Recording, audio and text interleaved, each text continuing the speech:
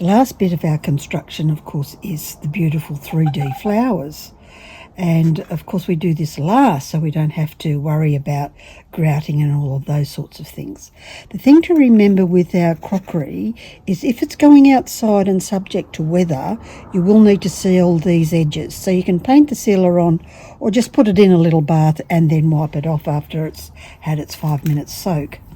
Then we want our decorations for the middle. We've got all the petals that we cut in one of the earlier sessions and some things that we wanted to use as centres. So what I've done with these ones is just shape the bottom, see if I can get that close enough, so that it's more pointy. That gives you more room for stuff because it had a really thick edge to this little tiny plate. Maybe a couple of things for the centre of the flower. We won't know till we get there. I've got some leftover stamens here. I've got a bag of crumbs. So when we chop things up, we keep everything. If I can pick it up, I tend to keep it, but I'm going to have to cull soon.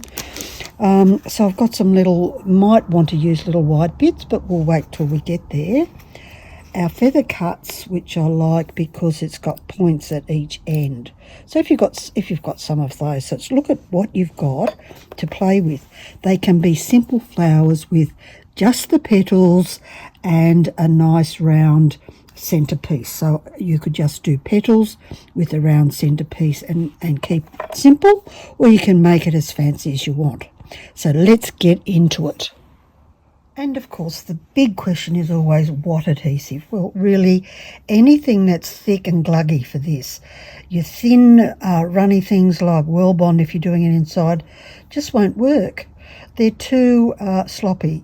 You can make yourself thin set or cement based adhesive globs and pop it in there. That's very popular. I'm liking these really thick new polymer type glues. It's the only thing I'm really going to use them for. They're so thick that any stick would stand up. So we'll just squish that in that middle bit there. And we might want a little trowel to push it down with, or we can just use our petals for that. And I'm using clear because I want anything I stick in the middle to reflect off itself. So obviously I'm starting with the smaller one, and then it's a matter of arranging your petals where you want them to be. Now if you want them to stand up, you might want to prop them on something.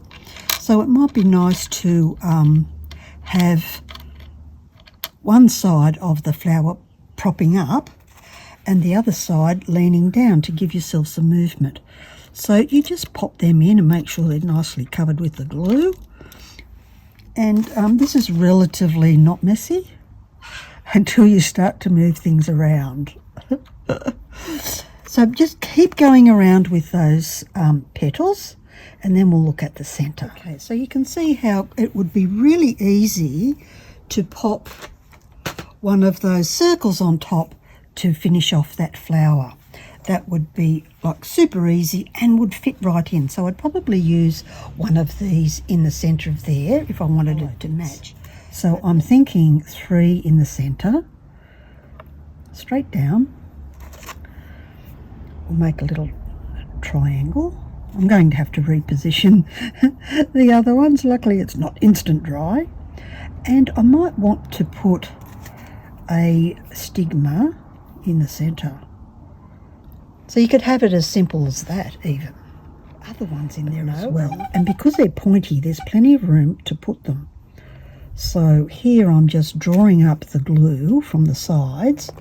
We want them all relatively the same size to the centre.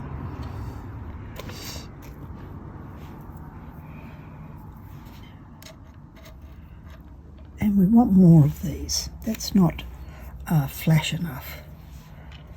So let's bring these little yellow guys back into the centre. Put this one down here. So you can see how the points just create that extra bit of space.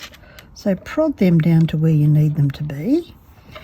Reposition your little prodder or your lifter-upperer while that dries. And it takes as long as it takes because the weather's cold here. Around here. So that's flower number 1.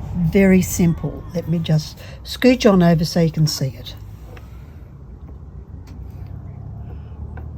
Really pretty. And when the light's shining through that, it'll be just lovely. I might put some more in there actually. And I'll come back to you when I'm ready to do the next bit. So one of the tips here is if you can see the glue, so let's say you're using yellow, stick something in it until you can't see it. With a bit of luck, you'll be able to achieve that. And it'll just depend on how much space there is. This one's wriggled around. Poke them all back in and create the shape you want.